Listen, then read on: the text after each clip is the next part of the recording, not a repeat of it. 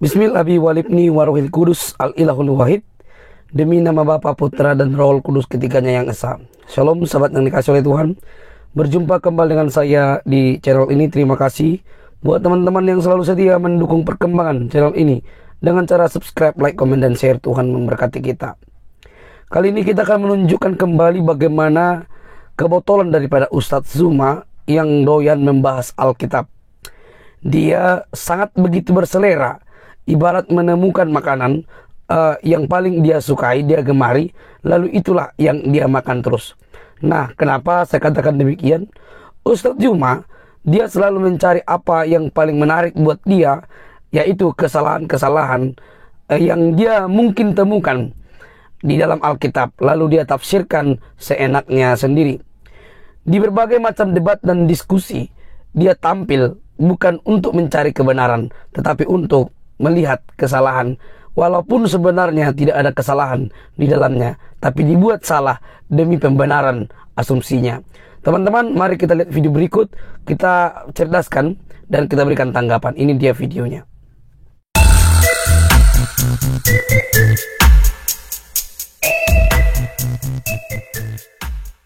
Soal ilmu analogi, tapi kan dia tidak ngomong apa-apa tentang hal itu. Ya, apakah A seperti B itu berarti dalam segala hal? Itu berarti poin saya bukan saya menolak kesamaan, tapi saya menolak kesamaan dalam segala aspek. Itu berarti saya menerima kesamaan, tapi kesamaan pada aspek-aspek tertentu, dan aspek-aspek tertentu itulah yang harus dibuktikan dari dalam teks. Nah, pada saat Zuma mengangkat segala macam kesamaan lagi apa segala macam tuh, itu kembali lagi diangkat sesuatu yang tadi saya katakan. Dasarnya apa mengangkat seluruh kesamaan itu? Ya. Nah, justru seperti saya bilang, kalau mau mengangkat segala kesamaan, maka kita bertanya, Musa membelah laut, Muhammad pernah belah laut atau tidak? Musa pernah bikin 10 tulah, banyak mujizat. Muhammad pernah bikin 1 mujizat atau tidak? Atau sebanyak Musa atau tidak? Musa pernah bikin korban Paskah, Muhammad ya atau tidak? Dan saya bisa perpanjang segala macam daftar yang Musa bikin dan Muhammad tidak bikin. Makanya saya pertanyakan itu adalah dasar apa itu semua kesamaan, ya? Nah, harus diingat lagi dalam konteks kitab Ulangan, ketika Musa berbicara seperti itu, nanti di ujungnya, ya, di ujungnya ketika Musa sudah mati, ya, lalu muncul teks Ulangan 34 ayat yang ke-10 sampai 12. Seperti Musa yang dikenal Tuhan berhadapan muka, tidak ada lagi nabi yang bangkit dari antara orang Israel. Dalam segala tanda dan mujizat yang dilakukan atas perintah Tuhan di tanah Mesir, terhadap Firaun, terhadap semua pegawainya, dan dalam hal segala perbuatan kekuasaan dan kedahsyatan besar yang dilakukan Musa di depan seluruh orang Israel. Ayat 10 yang berkatakan, seperti Musa, tidak ada yang dikenal di hadapan Tuhan. Tidak ada nabi yang bangkit. Dengan ciri apa? Dengan ciri mujizat. Jadi salah satu ciri, justru saya membuktikan dari dalam teks bahwa salah satu kesamaan seperti Musa, menurut Ulangan 34 ayat 10 itu adalah tanda-tanda dan mujizat. Maka pertanyaannya, Muhammad bikin mujizat apa? Ya. Lalu kalau kita juga melihat lagi bahwa tadi persoalannya adalah kalau itu Muhammad kan jadi aneh bahwa Nabi itu akan berasal dari saudara-saudaramu. Dan tadi saya kira ada penjelasan yang tidak selesai dari Zuma. Itu adalah dia mulai lari ke Abraham, nanti lari ke Ismail, lalu turun bangsa Arab. Memangnya Ismail itu saudaranya Israel? Saudaranya Israel itu, Israel kalau dilihat secara pribadi itu Yakub. Saudaranya Esau, Bani Edom. Kalau Ismail itu terlalu ke atas. Nah, itu namanya exegesis dari orang yang tidak mengerti hermeneutika Alkitab sehingga dipaksakan seperti itu. Ya. Lalu kalau kita bisa melihat juga bahwa Nabi itu, kalau dikatakan tentang Nabi itu dia berbicara demi nama Yahweh.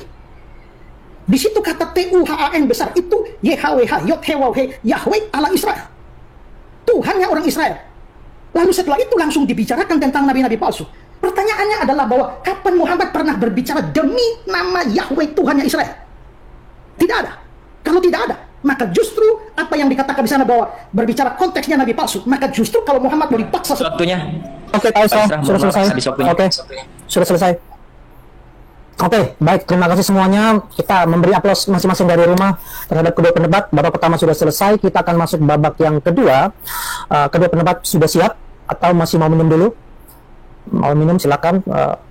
Oke, baik. Kita akan mulai. Pak Isra siap, Pak Zuma siap. Oke, kalau tidak ada apa berarti sudah siap. Oke, kita masuk. Izin 1 menit. Oke, silakan. Kembalikan dulu ke host untuk meriahkan acara kita dulu. Itu lagi di opening lagi tadi ya. Sekarang opening bagiannya Pak Isra Soru kan 10 menit Bang Inspirasi untuk babak kedua. Betul. Makasih host. Thank you. Oke.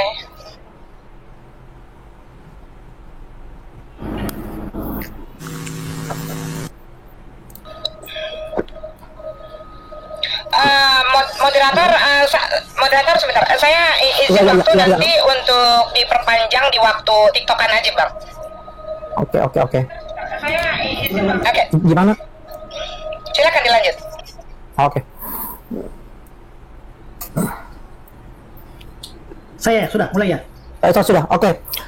Silakan timer siap. Dimulai Pak Isra siap ya. Dimulai dari sekarang. Oke.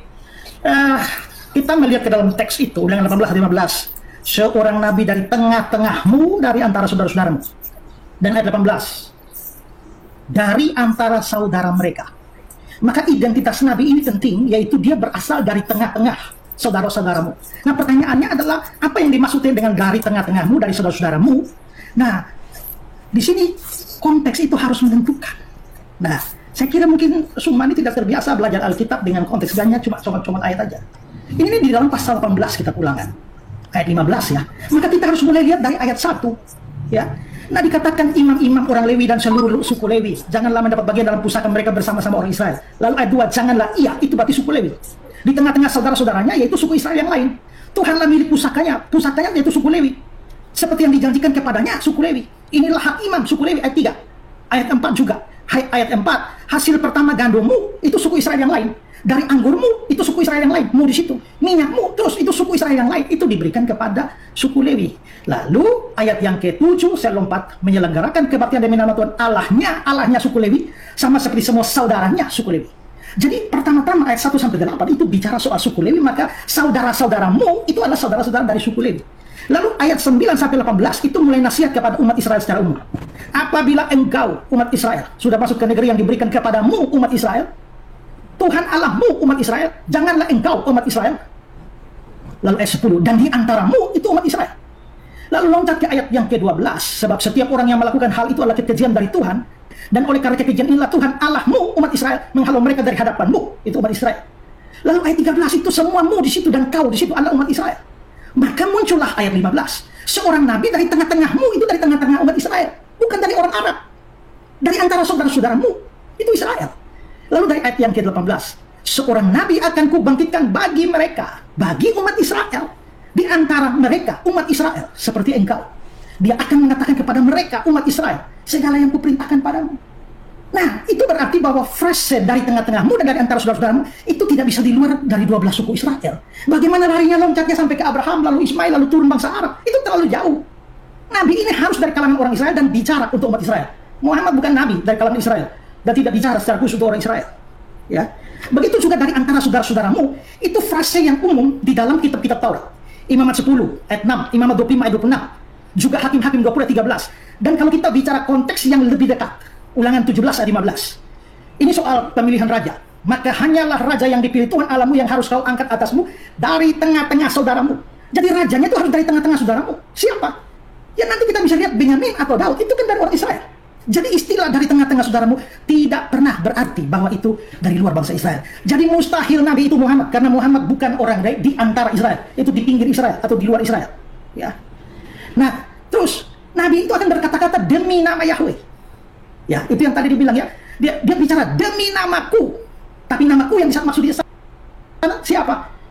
Ulangan 18 ayat 21. Difirmankan Tuhan besar, Yahweh. Demi nama Yahweh. Ya.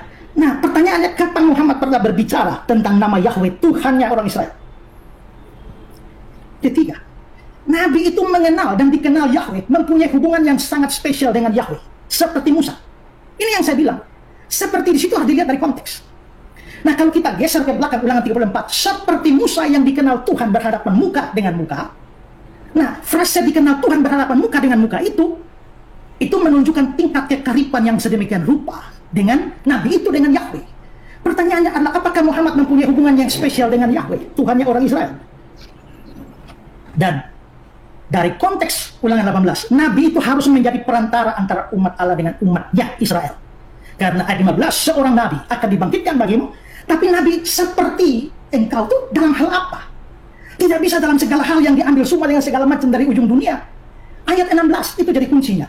Tepat seperti yang kamu minta dahulu kepada Tuhan Allahmu di Gunung Horeb pada hari perkumpulan yang berkata, tidak mau aku mendengar suara Tuhan Allahku, dan api yang besar ini tidak mau melihatnya lagi, supaya jangan aku mati. Lalu berkatalah Tuhan kepadaku, apa yang mereka katakan itu baik. Seorang nabi ku bangkitkan bagi mereka. Berarti nabi itu, ini kan orang Israel takut ketemu Tuhan di Gunung Horeb, lalu minta supaya jangan Tuhan ngomong langsung. Ada perantaranya, yaitu Musa. Maka janji tentang nabi itu akan nabi yang akan berfungsi sebagai perantara antara Tuhan dan umatnya Israel. Jadi kesamaan itu adalah kesamaan dalam keperantaraan itu. Itu konteksnya, jadi tidak bisa diambil segala macam jurusan. Pertanyaannya, kapan Muhammad dikatakan sebagai perantara antara Allah, Yahweh, dan umat Israel? Masih dalam hal yang sama yang seperti saya singgung tadi, seperti Musa. Lalu ayat 11-nya, dalam segala hal tanda dan mujizat yang dilakukan. Maka pertanyaannya, kapan Muhammad pernah bikin mujizat? Dan kalau dia pernah bikin mujizat, apakah mujizat itu di depan orang Israel? Dan apakah mujizat itu sebanyak yang dilakukan Musa? Maka kesimpulan itu saya adalah bahwa pasti bukan Muhammad yang dijanjikan di sana. Muhammad tidak memenuhi persyaratan sebagai nabi istimewa itu. Karena itu penafsiran yang mengatakan bahwa Musa menubuatkan datangnya Muhammad itu penafsiran yang sifatnya eisegesis. Eisegesis itu adalah memasukkan konsep ke dalam teks, padahal teks tidak mengatakan itu. Itu menunjukkan kebutaan dalam hermeneutik Alkitab. Saya percaya nabi itu adalah Yesus. Karena apa? Seperti saya tunjukkan tadi, ayat-ayat itu sudah menunjukkan bahwa Yesus memang adalah nabi. Jadi bahwa orang Kristen percaya dia Tuhan, kita tidak punya kendala dengan dia adalah nabi. Karena memang dia juga adalah nabi. Dan Yesus memenuhi ciri dari nabi itu. Karena apa? Cirinya dia berasal dari kalangan Israel. Dan Ibrani 7 ayat 14 itu mengatakan Tuhan kita berasal dari suku Yehuda. Di Wahyu 5 ayat 5 dikatakan dia singa dari suku Yehuda. Berarti dia ada dari tengah-tengah Israel. Dalam poin ini saja, Yesus masuk dari kalangan Israel. Muhammad lewat, keluar. Yesus berbicara atas nama Yahweh, Tuhannya orang Israel. Aku menaruh firmanku dalam mulutnya. Dia akan mengatakan kepada mereka segala yang kuperintahkan kepadanya. Dan bukankah Yesus juga mengatakan bahwa Yohanes 12 ayat 49, Bapa yang mengutus aku, dialah yang memerintahkan aku untuk mengatakan apa yang harus aku katakan dan aku sampaikan. Yohanes 3:32, dia memberi kesaksian tentang apa yang dilihatnya dan yang didengarnya. Yohanes 5 ayat 30, aku tidak menuruti kehendakku sendiri, melainkan kehendak dia yang mengutus aku. Yohanes 8 ayat 26, apa yang kudengar daripadanya itu yang kukatakan. Jadi betul-betul persis seperti nubuat Nabi di Ulangan 18 itu. Berikutnya, Yesus punya hubungan spesial dengan Yahweh. Seperti Bapa mengenal aku mengenal Bapa. Yohanes 10:15. Aku dan Bapa satu. Yohanes 10:30. Tidak seorang pun mengenal anak selain Bapa, dan tidak seorang pun mengenal Bapa selain anak. Yohanes 11 ayat yang 27. Dan Yesus memang menjadi perantara umat. Tidak ada seorang pun yang dapat datang kepada Bapa kalau tidak melalui aku. Seperti Musa diminta untuk menjadi perantara antara umatnya dengan Allah. Sesuai konteks Ulangan 18 ayat 16. Musa jadi perantara. Seperti Musa itulah dalam hal keperantaraan. Yesus menjadi perantara. Yohanes 14 ayat 6. Tidak seorang pun dapat datang kepada Bapa kalau tidak melalui aku. 1 Petrus 3:18. Supaya dia membawa kita kepada Allah. Dan 1 Timotius ayat 5. Dia yang menjadi pengantar antara Allah dan manusia, yaitu manusia Kristus Yesus. Maka tugas perantaraan ini dilakukan oleh Yesus. Tidak ada yang bisa datang kepada Allah tanpa lewat Yesus. Makanya saudara semua, saya tidak peduli bagaimanapun juga, tapi saudara orang berdosa, saya orang berdosa, kita semua layak masuk neraka. Tanpa keperantaraan Yesus, semua akan pergi ke neraka. Karena itu, saudara mungkin tidak mau percaya, tapi saya tetap meminta percayalah kepada Yesus supaya selamat. Kalau tidak, saudara tidak selamat. Berikut, Nabi itu membuat dan Yesus ternyata membuat banyak mujizat. Yohanes ayat 14 itu ya. Kalau kita lihat, begitu melihat mujizat, orang langsung percaya dia Nabi akan datang. Yohanes 14. Ketika orang-orang itu melihat mujizat yang telah diadakannya, mereka berkata, dia ini adalah benar-benar Nabi yang akan datang ke dalam dunia. Jadi kita bisa lihat, Nabi yang akan datang ke dalam dunia itu seperti yang dimaksudkan dengan Nabi yang dijanjikan oleh Oke, Pak Isra. Pak Isra, saya Waktu sudah selesai. lanjut. Pak Isra. Ya, makasih Kamat. Oke, Pak Isra sudah cukup. Oke, wah ini cukup banyak poinnya. Beta cukup khawatir kalau bisa jadi melebar kemana-mana. Jadi beta akan memperingkasnya begini. Mungkin ada dua hal, dari samping ada banyak hal yang Pak Isra sampaikan. Pertama adalah argumen Pak Isra terkait di tengah-tengah saudaramu. Yang dimaksud adalah ya saudara-saudara suku Lewi dari suku Israel, bukan suku Arab.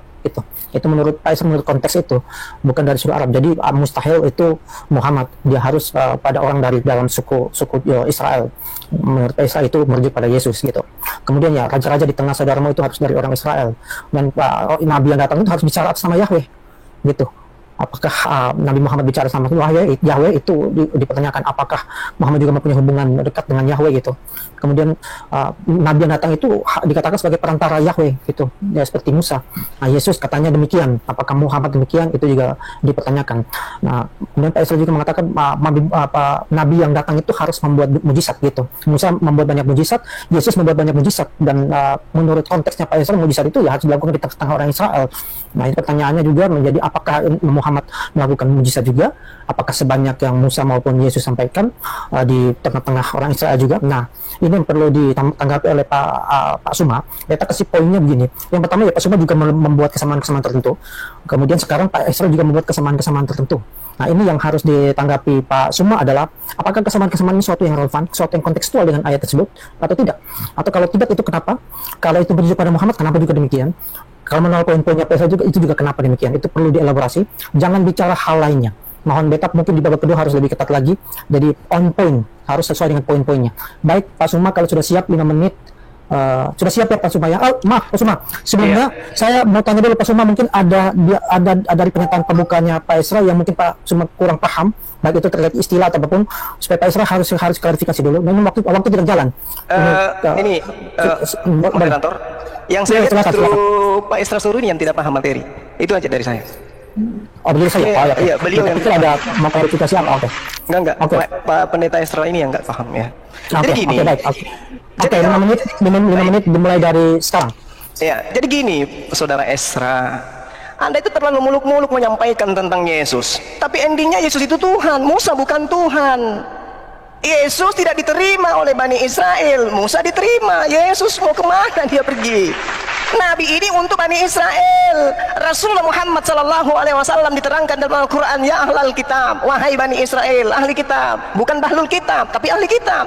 Qad ja'akum rasuluna yubayyinu lakum katsiran mimma kuntum tukhfuna minal kitabi wa ya'fu an katsir. Jadi Rasulullah Muhammad SAW diperintahkan oleh Tuhannya Abraham, Ishak dan Yakub datang untuk menyeru Bani Israel. Jadi yang dibihillah man ittaba ridwanahu subulan salam. Baginda Rasulullah Muhammad SAW adalah satu-satunya jalan keselamatan bagi Bani Israel menuju kepada Tuhan yang datang kepada Nabi Ibrahim. Ingat Saudara Esra, orang-orang Yahudi, saudara-saudara kami Bani Ishak tidak pernah memanggil Tuhan mereka dengan panggilan Yahweh. Yahweh itu dewa, Bung. Itu yang Anda harus pelajari. Lalu kemudian, tolong di mute. Ya, tolong di mute. Jadi ketika berbicara mengenai di tengah-tengah saudara-saudaramu, Bung, Yesus nggak bisa sampai ke sana, Bung. Kalau saudara yang Anda maksud di sini adalah Bani Israel, dalam hal ini Lewi atau dari Benyamin atau dari siapapun dari Bani Yakub, keliru ente, Bung. Kenapa? Yesus tak bisa manjat tembok. Kok bisa kayak gitu, Bang? Yes, karena di dalam Ulangan 34 nomor 10 diterangkan, seperti Musa yang dikenal Tuhan dengan berhadapan muka, tidak ada lagi nabi yang bangkit di antara orang Israel. Yesus nangis dong. Yesus tidak bisa, karena Tuhan sudah menuliskan kemudian menjadikan sebuah pernyataan yang sangat jelas dalam kitabnya orang Yahudi. Ulangan 34 nomor 10, sebelum Yesus itu dilahirkan di atas muka bumi, Tuhan sudah mengatakan tidak akan ada lagi nabi yang sama seperti Musa dari Bani Israel. Yesus kemana dong? Yesus kemana dong? Jadi saudara-saudara yang dimaksud di situ adalah saudara dari Bani Israel. Saudara dari Bani Israel itu adalah Bani Ismail. Makanya Yesus mengatakan di dalam kitab saudara, Yesus nih yang berkata, bukan saya. Apa kata Yesus? Belum pernahkah engkau berkata, membaca dalam sebuah kitab, batu yang dibuang oleh tukang bangunan telah menjadi batu penjuru? Hal itu dari pihak Tuhan terjadi, suatu perbuatan ajaib di mata kita. Sebab itu aku berkata kepadamu bahwa kerajaan Elohim akan diambil daripadamu Israel dan akan diberikan kepada suatu bangsa yang akan menghasilkan buah kerajaan itu. Sekarang siapa yang menggenapi nubuatan kerajaan yang datang kepada Bani Israel yang diterangkan oleh Tuhan kepada Bani Israel ini? Diambil. Bangsa Amerika nggak mungkin, bangsa Cina nggak mungkin, bangsa Indonesia nggak mungkin, bangsa Belanda nggak mungkin. Itu hanya diberikan kepada bangsa Arab, bangsa keturunan dari Nabi Ismail. Catat itu, Bung. Yesus tidak akan pernah bisa lolos. Ulangan 34 nomor 10. Saya bacakan lagi pelan-pelan. Seperti Musa yang dikenal Tuhan dengan berhadapan muka, tidak ada lagi nabi yang bangkit di antara orang Israel. Tidak ada lagi. Tidak, dalam bahasa Ibrani kan Anda tahu sendiri, tidak ada lagi, berarti berulang sendiri Tuhan mengatakan Yesus tidak bisa duduk di situ. Karena tidak ada lagi nabi yang sama seperti Musa. Berarti Ulangan 18 nomor 18 harus nabi yang ada di luar Nabi Musa, Bani Israel, atau jangan-jangan nabi ini adalah nabi yang benar-benar hidup di antara Nabi Musa dengan kemudian sebelum Yesus. Benar-benar dari tengah-tengah Bani Israel, tapi bukan Yesus. Mungkin dia Yosua bin Nun, bisa jadi. Mungkin dia adalah Hezekia, bisa jadi. Mungkin juga dia adalah orang yang sama seperti Musa, tapi tidak tercatat di dalam kitab kalian. Karena kenapa? Kalau Yesus tak bisa dia seperti Musa yang dikenal Tuhan dengan berhadapan muka. Tidak ada lagi nabi yang bangkit di antara orang Israel. Berarti demikian bukan Yesus. Siapa dia? Entah siapa. Kalau itu bukan Rasulullah Muhammad SAW juga tidak apa. Tapi yang pasti, apa yang saya uraikan, bahwa Rasulullah Muhammad SAW dengan mukjizatnya kemudian dia mampu menundukkan kemudian Jazirah Arab. Yesus tidak bisa. Ini yang perlu saudara paham. Demikian. Moderator, tolong dijelaskan ulang. Tolong dijelaskan ulang regulasi pertama tadi, itu 10 menit dengan 5 menit biar viewers di bawah dapat edukasi. Terima kasih. Oh iya, maaf, untuk teman-teman, itu 10 menit itu di pernyataan pembuka, tapi di bagian sanggahan saling balas itu 5 menit saja, gitu. Makasih sudah diingatkan. Oke, itu poinnya Pak Suma. Beta catat ada 3 Pak Isra. Mungkin yang pertama, Pak Isra terkait dengan saudara-saudara itu, yang Pak Isra sampaikan itu menurut Pak Suma bukan demikian. Tapi yang saudara Bani Israel itu adalah Bani Ismail. Itu menurut Pak Suma.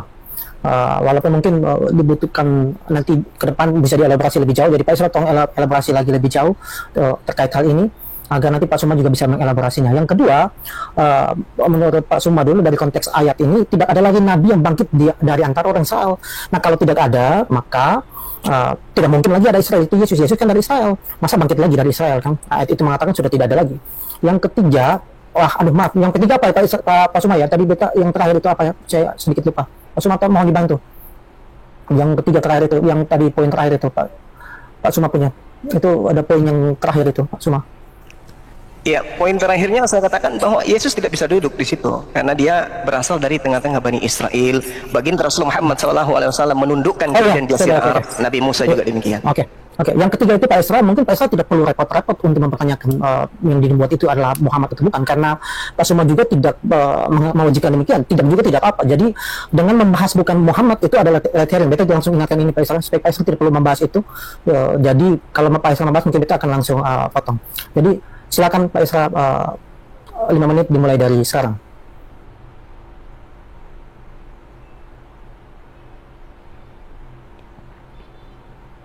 Itu itu tolong dibuka mic-nya dulu. Ya, jadi sebenarnya melihat pembicaraannya agak panjang dan banyak hal yang perlu bisa ditanggapi hanya karena waktunya 5 menit dan moderator merinci beberapa poin, jadi saya hanya fokus ke situ saja. Pertama itu adalah saudara di antara saudara-saudaramu. Saya tadi mengatakan bahwa di antara saudara-saudaramu itu saya memakai dalil konteks dari teks itu, bahwa konteks dari teks itu menunjukkan bahwa saudara-saudara itu dari kalangan orang Israel. Nah, kalau sekarang semua larinya ke Ismail, dasarnya itu apa? Ya, karena kalau kita melihat dari hubungan Ismail dan Israel, itu Ismail itu bukan saudaranya Israel. Ya, itu di atas sana itu. Karena Ismail itu kan saudaranya si Ishak. Sedangkan Israel kalau menunjuk pada orang itu Yakub, dan Bani Israel itu adalah keturunan Yakub. Sehingga kalau memang kita bicara saudara mau keluar di antara suku-suku Israel, maka paling dekat itu adalah Edom. Tapi bagaimana larinya sampai Ismail yang lebih jauh di atas sana? Jadi saya mengatakan itu dari kalangan orang Israel, ada dalilnya yaitu konteks. Tapi Ismail itu bagaimana sampai bisa larinya ke Ismail, itu dasarnya apa? Ya, oke lah, seandainya dibilang Ulangan 34 ayat 10, maka Nabi itu tidak bangkit dari antara orang Israel. Kalau seandainya saya mau terima itu, Nabi itu tidak dari Israel, tapi mengapa harus dari Ismail? Dasarnya itu apa? Kedua, Ulangan 34 ayat 10, seperti Musa yang dikenal Tuhan dengan berhadapan muka, tidak ada lagi Nabi yang bangkit dari antara orang Israel. Lalu akhirnya semua pakai ini, bahwa itu pasti bukan Yesus, karena Yesus itu dari kalangan Israel, dan ayat ini bilang tidak ada nabi bangkit dari antara orang Israel. Disinilah saya melihat bahwa memang ya satu lagi menunjukkan bahwa semua tidak terbiasa membaca Alkitab dengan memperhatikan konteks. Ya, kalau hanya dilihat tidak ada lagi nabi yang bangkit dari antara orang Israel, ingat di situ masih ada koma, lalu ada lanjutannya ayat 11-12. Lalu ayat 10 sebelumnya itu ada seperti Musa yang dikenal. Itu berarti bahwa, perhatikan ayat 10, seperti Musa yang dikenal Tuhan berhadapan muka, lalu ayat 11, dalam segala tanda dan mujizat, maka seluruh konteks itu harus ditafsirkan bahwa dalam hal dikenal Tuhan berhadapan dengan muka dan dalam hal mujizat tidak ada lagi nabi yang bangkit dari antara orang Israel. Kalau hanya tidak ada nabi yang bangkit dari orang Israel, jadi aneh, karena setelah itu kan ada nabi Yesaya, Yeremia, Yeskiel, Daniel, masih banyak nabi setelah Musa. Kalau begitu maka ayat ini tidak bisa ditafsirkan tidak ada nabi yang bangkit dari antara orang Israel, dan karena itu harus dari bangsa lain, dari Arab misalnya. Tidak. Maka maksudnya tidak ada nabi seperti Musa yang bangkit lagi. Tapi sampai kapan?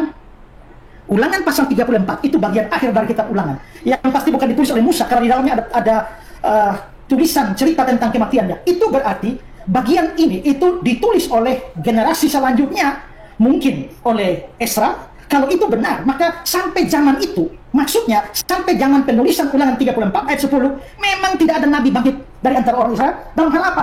Dalam hal seperti Musa berhadapan muka dengan Tuhan dan dalam hal mujizat. Sampai kapan ternyata Yesus datang punya hubungan yang istimewa dengan Yahweh dan membuat banyak mujizat. Kalau konteks ini dibaca seluruhnya, maka kesimpulannya tidak bisa larinya ke Ismail sana. Lalu dikatakan Muhammad menundukkan Jazirah Arab. Muhammad bikin mujizat menundukkan Jazirah Arab. Mujizat macam apa yang dibicarakan? Saya tidak bisa bahas itu tentang Muhammad.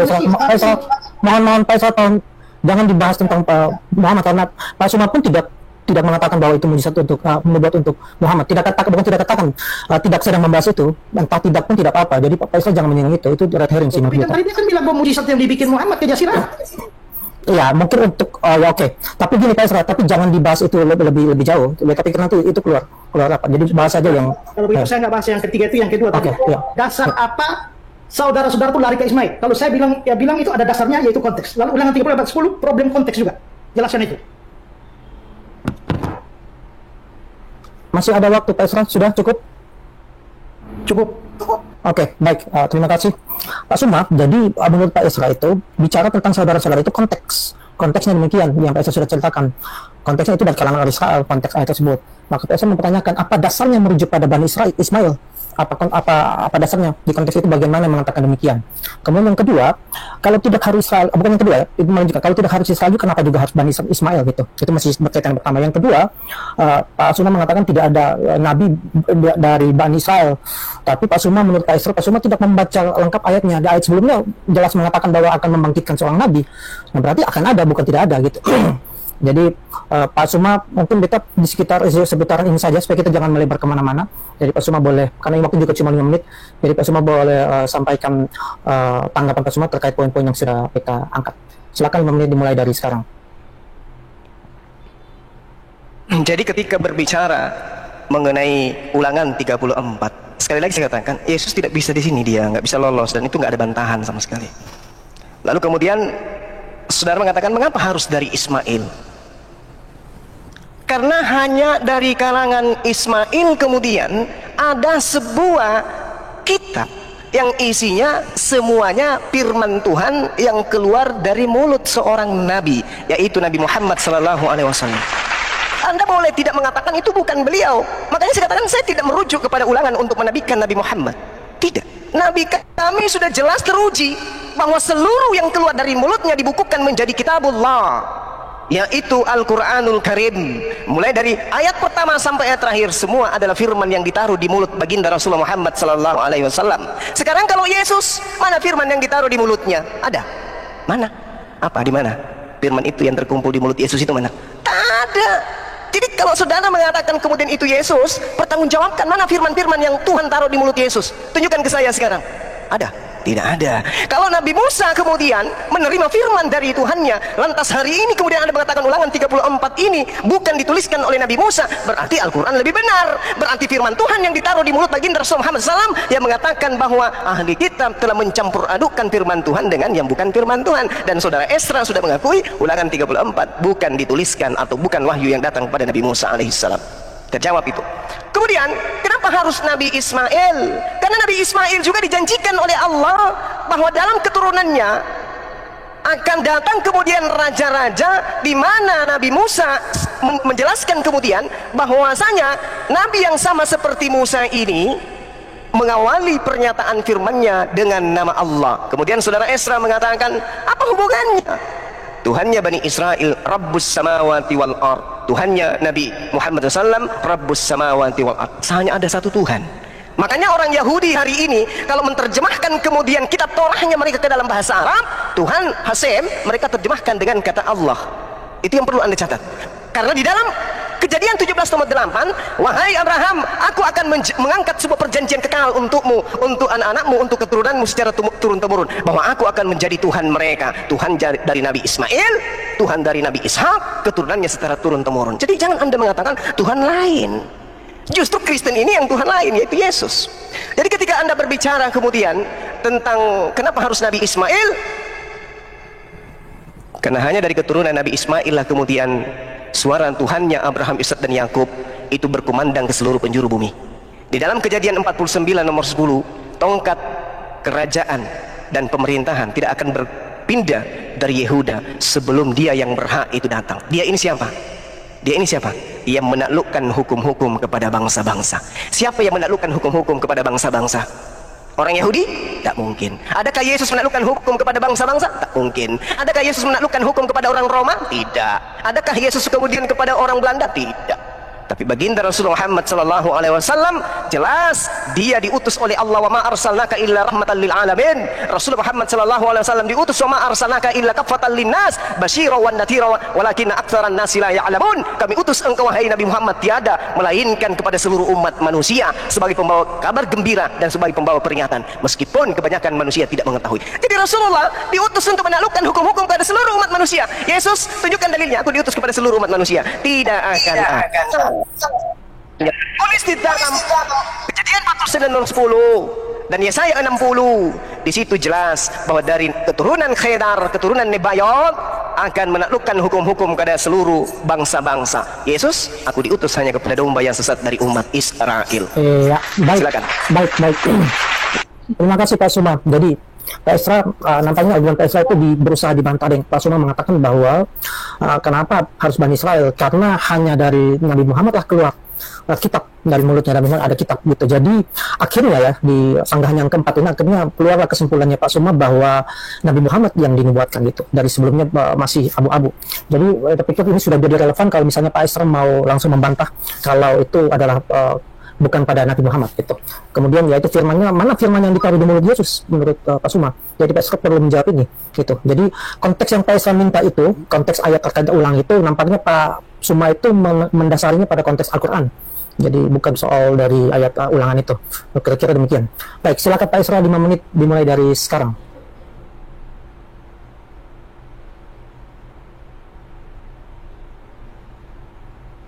Pak Esra, open mic ini ya. Ya, jadi tadi dalam komentar awal beliau mengatakan bahwa untuk ulangan 34 ayat 10 Yesus tidak akan lolos. Tapi kan saya menunjukkan tadi kesalahan penafsiran dia itu adalah dia tidak memperhatikan, semua tidak memperhatikan konteks ayat itu, yaitu ayat 10 dan ayat 11 sampai 12. Dia cuma lihat kalimatnya saja, yaitu bahwa tidak ada lagi nabi yang bangkit dari antara orang Israel. Tadi kan saya sudah tunjukkan bahwa tidak ada lagi nabi yang bangkit dari antara orang Israel. Tidak bisa ambil itu karena itu jadi soal. Karena setelah Musa itu masih bangkit banyak nabi dari Israel. Kalau begitu arti apa tidak ada lagi nabi yang bangkit dari antara orang Israel? Artinya dihubungkan dengan ayat 10, yaitu seperti Musa yang dikenal Tuhan berhadapan muka. Lalu ayat 11 sampai 12 yaitu dalam urusan mujizat tanda-tanda yang dilakukannya. Dengan kata lain, sampai pada bagian itu tidak ada nabi yang bangkit dari antara orang Israel yang seperti Musa yang berhadapan muka dan yang melakukan mujizat-mujizat. Jadi bukan soal tidak bikin mujizat. Nanti kan kita bisa lihat, Yesus bikin mujizat lebih banyak dari Musa. Justru Muhammad yang tidak pernah ada mujizatnya. Jadi saya pakai argumentasi ini, tapi ya dia tidak bahas argumentasi saya, tapi dia hanya cuma berkata lagi bahwa Yesus tidak lolos. Ya kalau ngomong begitu ya semua orang juga bisa. Kedua, bahwa itu dari kalangan Ismail karena tidak ada bangsa lain yang akhirnya turun kitab. Nah inilah yang saya kira problemnya Suma ini kelihatannya perlu belajar hermeneutics Alkitab dengan baik. Karena saya kasih tahu ya, ada di dalam hermeneutics Alkitab itu ada dua istilah yang mirip, yaitu eksegesis dan eisegesis. Eksegesis itu narik keluar, sebuah pemahaman itu ditarik keluar dari teks, baru diartikan. Tapi eisegesis itu kita memasukkan sesuatu ke dalam teks.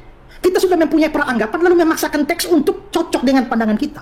Waktu saya mengatakan bahwa Nabi yang datang itu dari antara orang Israel, saya tunjukkan dari konteksnya, dari dalam teks konteksnya mulai dari ayat 1 bahkan. Sehingga bahkan juga di seluruh kitab Ulangan, bahwa frase semacam itu tidak bisa diartikan di luar Israel. Nah, tapi kalau ketika semua mengatakan bahwa, kenapa Ismail? Karena di antara semua bangsa itu hanya Ismail yang datang. Berarti dia melompat keluar dari teks, mengambil sesuatu dari luar lalu memaksakan masuk ke sana. Itu exegesis dan itu haram di dalam hermeneutik Alkitab. Makanya saya bilang belajar hermeneutik yang bagus. Kalau tidak jadi tafsirnya comot-comot ayat sesukanya. Ya. Lalu kalau ditanya, di mana firman ditaruh di mulutnya? Ya Yesus ngajar selama 3 tahun itu apa? Kan firman. Kalau Anda memikirkan firman hanya sebatas pada kitab, nah itu jadi soal. Tapi firman ditaruh di mulutnya artinya waktu dia datang ke dalam dunia, dia mengeluarkan perintah-perintah atau firman Tuhan yang disampaikan melalui mulutnya. Selama di 3 tahun dia bikin apa? Dia memberitakan firman kan? Dia ngajar selama 3 tahun itu. Ya. Waktu saya bilang Ulangan 34 bukan ditulis oleh Musa, ya ada dasarnya karena pada waktu itu kan masa Musa cerita tentang kematiannya sendiri. Lalu kalau itu dikatakan, saya mengakui bahwa Ulangan 34 bukan wahyu, bukan firman. Lah, saya bilang itu bukan ditulis oleh Musa, tapi bukan wahyu. Memangnya firman hanya bisa ditulis oleh Musa? Lalu kalau dikatakan Nabi Ismail kepadanya dijanjikan akan datang raja-raja, ya kan yang dijanjikan datang raja-raja bukan Nabi. Yang dibicarakan sini kan Nabi, bukan raja. Jadi, saya kira cuma membuat penafsiran yang fatal dengan memasukkan ide dari luar ke dalam teks yang jelas-jelas teks itu mengatakan dari kalangan Israel sendiri. Demikian. Oke, baik, masih ada 30 detik tapi Esra sudah selesai. Baik, beta lebih mengerucut lagi karena sini tersisa 3 kali tanggapan antara Pak Esra dan Pak Suma. Jadi beta sampaikan untuk Pak Suma lebih kerucut lagi. Menurut Pak Esra itu Pak Suma tidak memperhatikan ayat, karena di ayat itu bukan hanya bicara tidak ada nabi yang bangkit lagi di antara orang Israel itu. Di ayat sebelumnya, di ayat 11-12 itu juga mengatakan bahwa tetap ada nabi yang bangkit. Bahkan dan faktanya di Alkitab memang tertulis banyak setelah Musa masih ada nabi-nabi. Hanya nanti yang nabi yang seperti Musa itu sampai pada Yesus. Maksudnya Petra begitu. Jadi yang Mas Petra sampaikan itu bukan berarti tidak akan bangkit lagi, karena faktanya ada nabi-nabi juga gitu sampai pada zaman Yesus gitu. Zaman Yesus itu yang Yesus yang disamakan dengan Musa. Nah, menurut Pak Esra menunjukkan dengan konteks ayat. Tapi Pak Suma tidak tidak menyampaikan dengan konteks ayat dalam Ulangan itu, tapi menggunakan Al-Quran misalnya. Jadi dia dianggap melakukan exegese. Nah, jadi di sini beta arahkan mungkin Pak Suma bisa tunjukkan dulu konteks ayat. Tetapi kalau misalnya Pak Suma juga menolak, itu tidak apa-apa, itu ini haknya Pak Suma, tidak mau menggunakan konteks ayat itu tidak apa-apa. Kemudian terkait dengan di mana firman di mulut Yesus, menurut Pak Esra kan firman di mulut Yesus itu tidak berarti harus membuat kitab atau ada kitab. Kan Yesus mengajar memberitakan firman selama 3 tahun. Itu juga firman di mulut Yesus gitu. Nah, itu yang poin yang beta pikir perlu disoroti lebih tajam lagi oleh Pak Suma. Oke, Pak Suma, kalau sudah siap, tolong on point pada yang sudah beta sampaikan. 5 menit dimulai dari sekarang. Iya. Jadi kalau Saudara Esra berbicara mengenai hermeneutika dan seterusnya, itu adalah dapur Kristen terhadap kitabnya orang Yahudi, Bung. Silakan aja. Anda mau melakukan eksegesis apapun terhadap kitabnya orang, silakan aja. Tapi ini kita sedang berbicara tentang oknum yang sama seperti Musa. Jadi seindah apapun kemudian ilmu yang Anda punya tentang hermeneutika dan seterusnya, itu tidak akan pernah bisa menggantikan orang yang sama seperti Musa itu. Silakan Anda dengan keilmuan saudara, silakan. Tapi apakah Yesus kemudian sama seperti Musa? Tak ada kesamaan 1% pun. Apatah lagi ketika berbicara mengenai Ulangan 34. Seperti Musa yang dikenal Tuhan dengan berhadapan muka, tidak ada lagi nabi yang bangkit di antara orang Israel.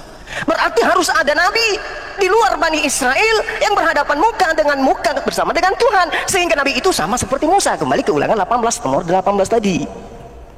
Nah, apakah Yesus berhadapan muka? Di mana dia berhadapan muka dengan Tuhan? Tak ada dalilnya. Kalau di Al-Quran, Subhanalladzi asra bi'abdihi lailan minal masjidil harami ilal masjidil aqsa. Itu jelas itu. Bagaimana kemudian baginda Rasul Muhammad SAW berhadapan muka dengan Tuhan pencipta langit dan bumi tanpa perantara. Oke? Nah, sekarang kita lihat Ulangan 34. Tidak ada lagi nabi yang bangkit di antara orang Israel. Nabi yang kayak mana? Yang memiliki tanda-tanda mukjizat. Jadi kalau Yesus ada berjuta mukjizat, itu tidak menjadi aturan, tidak menjadi acuan, tidak menjadi sesuatu yang menjadi dasar untuk mendudukkan dia sama seperti Musa. Karena sebanyak apapun mukjizat Yesus, tidak ada lagi nabi dari Bani Israel terkait dengan mukjizat. Nabi Musa belah lautan, baginda Rasulullah Muhammad SAW belah bulan. Apa masalahnya kemudian? Dalam hal segala tanda, tanda-tanda yang diberikan kemudian oleh Allah kepada baginda Rasulullah Muhammad sallallahu alaihi wasallam, tanda-tanda yang diberikan kemudian Allah kepada Nabi Musa alaihissalam. Bagaimana kemudian pewahyuan itu datang? Bagaimana kemudian para malaikat itu datang untuk menyampaikan firman kepada Nabi Musa dan kepada Nabi Muhammad SAW? Tidak ada lagi hal itu terjadi di tengah-tengah Bani Israel. Kalaupun ada, tidak sama seperti Musa. Ini dalil. Jadi kalau Anda mengatakan dalil ini kemudian menceritakan masih banyak nabi-nabi, tapi yang sama seperti Musa, berdasarkan dalil ini tidak ada lagi yang dilakukan atas perintah Tuhan di tanah Mesir terhadap Fir'aun. Nah, hal-hal yang terjadi sama seperti Musa inilah, tentang mujizat, tentang tanda-tanda, kemudian kebangkitan di antara orang-orang yang ada di tengah kaumnya tersebut, kemudian pembebasan dari tanah Mesir terhadap penindasan Fir'aun, terhadap orang-orang yang kemudian ingin melakukan kekuasaan dan penindasan kepada umat yang datang kepada Nabi Musa, itu harus sama dilakukan oleh Nabi yang sama seperti Nabi Musa. Yesus ada nggak? Tak ada. Anda mau mendudukkan Yesus ini di mana?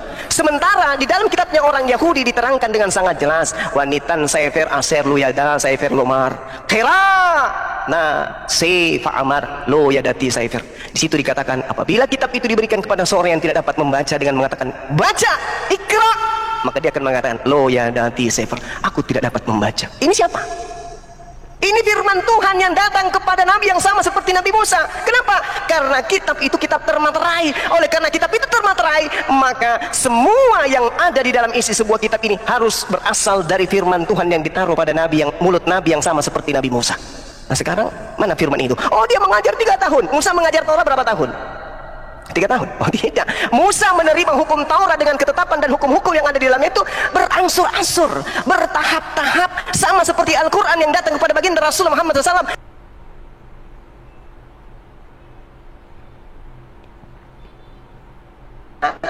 Mana? Kitabnya di mana? Yang hafal siapa? Tak ada.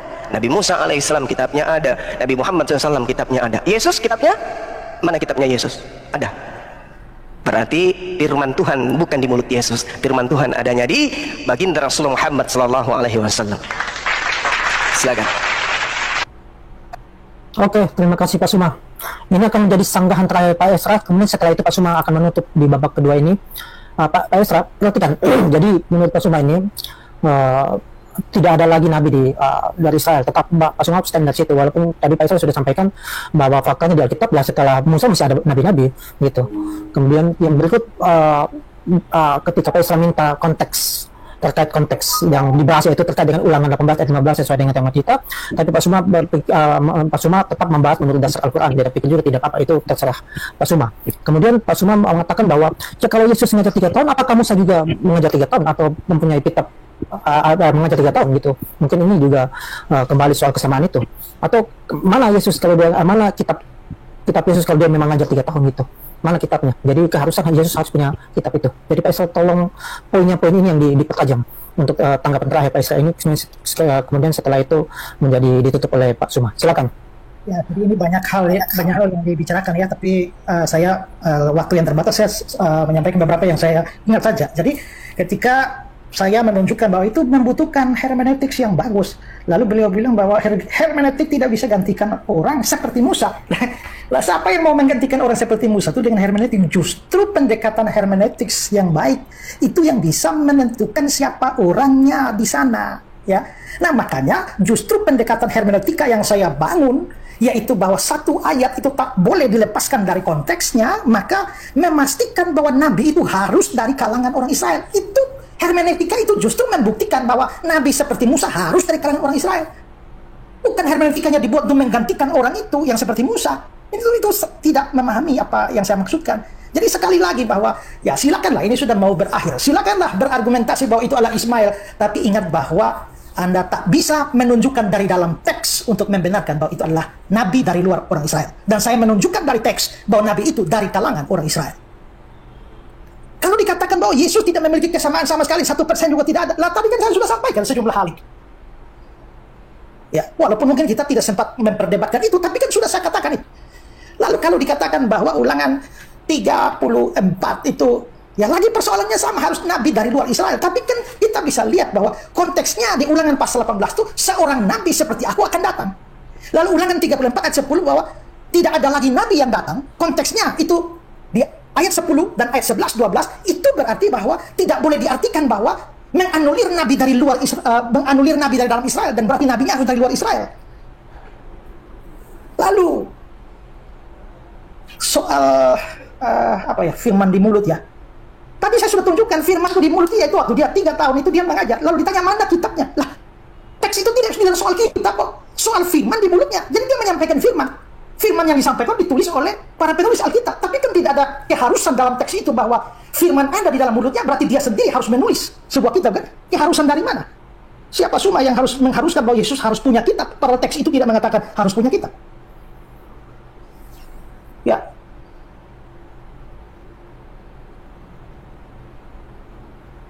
Cukup. Oke. Baik teman-teman yang dikasih oleh Tuhan, kira-kira apa respon teman-teman ketika mendengarkan diskusi singkat yang barusan kita dengar? Lagi-lagi bahwa ada saran untuk semua apologetik Kristen. Sayang sekali mengajari orang yang bebal. Sayang sekali mengajari orang yang tidak mau belajar. Bahkan sayang sekali jikalau literatur yang sudah diberikan pun hanya direspon dengan sebuah argumentasi liar. Kenapa saya katakan demikian? Di berbagai lintas agama, kalau ada diskusi dan debat, maka yang ditonjolkan itu adalah ilmu atau akademis atau literatur yang bisa membantah. Di dalam setiap diskusi yang diikuti oleh Ustadz Juma, dia tidak pernah menerima literatur yang paling tepat untuk sebuah argumentasi yang sedang dibahas. Dia hanya jago lompat sana sini, lalu kepengen meruntuhkan popularitas, kualitas daripada Yesus Kristus yang tertulis dalam Alkitab. Kita bisa dengar bagaimana dia dengan mudah ingin meruntuhkan semua itu. Kenapa dia ingin meruntuhkan? Karena memang kebenaran Alkitab itu sudah teruji. Dia terjadi, ada kronologinya, ada sejarahnya dengan lengkap, dan ada literaturnya, dan terjadi di dalam pelaku sejarah. Maka ketika Ustadz Juma pun mengeluarkan statement-statement, walaupun itu mengutip dari ayat Alkitab, lompat ke perjanjian lama, lompat ke perjanjian baru, cocokkan ke perjanjian lama, cocokkan sana sini, semua itu untuk meruntuhkan apa yang tertulis. Berhasil? Tentu tidak. Maka sangat disayangkan kalau memang ada banyak orang Kristen yang masih mau meladeni Ustadz Juma. Baik teman-teman, pemahaman daripada Ustadz Juma tidak dapat dimengerti karena dia tidak tahu hermeneutik untuk mempelajari Alkitab secara konteks, teks, dan apa sebabnya itu ditulis. Misalnya tentang penyaliban Yesus yang dibilang terkutuklah orang yang di kayu salib. Ya toh? Itu benar, terkutuklah orang yang di kayu salib. Tetapi Yesus disalib bukan karena dia yang terkutuk. Dia disalib sebagai hukuman pada zaman itu yang diterapkan kepada orang yang dianggap sebagai penjahat. Nah, kenapa kok diterapkan kepada Yesus? Nah, orang-orang berzaman itu menganggap Yesus itu penjahat, ya toh? Nah, dan kutuk yang dimaksud dalam Alkitab itu, dia menanggung kutuk yang harusnya ditimpakan kepada orang-orang atau manusia berdosa yang harusnya dia yang disalib, kita. Tapi Juma lompat sana sini untuk mengaburkan makna yang sesungguhnya. Teman-teman, kalau kita tidak hati-hati, maka kita akan terjebak. Kebenaran di dalam Alkitab itu semua punya tujuan. Tidak asal dituliskan di situ ya udah, enggak. Tapi dia punya tujuan, dia punya penjelasan, karena itu terjadi. Pernah terjadi, dan Yesus disalib itu untuk menanggung kutukan dosa umat manusia. Itu yang disebut kutuk. Tuh. Jadi walaupun kita sampai berbuih sebenarnya menjelaskan ini kepada Ustadz Juma dan teman-temannya, dia tidak akan menerima itu. Karena yang penting buat mereka adalah bukan penjelasan tentang bagaimana kebenaran itu. Bukan. Dia tidak kepengen tahu gimana kebenaran itu aja intinya. Tapi dia kepengen mendapatkan hidup lah, atau kepengen menghancurkan keimanan kekristenan. Di dalam arti dia kepengen memakai isi otaknya untuk meruntuhkan segala sesuatu yang tertulis dalam Alkitab. Karena kalau dia dibahas tentang agamanya kan tidak mungkin. Ya toh? Nah, jadi teman-teman dikasih oleh Tuhan, ya terima kasih untuk semua apologetik Kristen yang selalu meladeni Ustaz Juma, tapi nampaknya percuma. Sekalipun di channel-channelnya Ustaz Juma dia selalu membahas kekristenan, ya itulah kegemarannya. Kalau dia tidak bahas kekristenan mungkin dia tidak makan kali.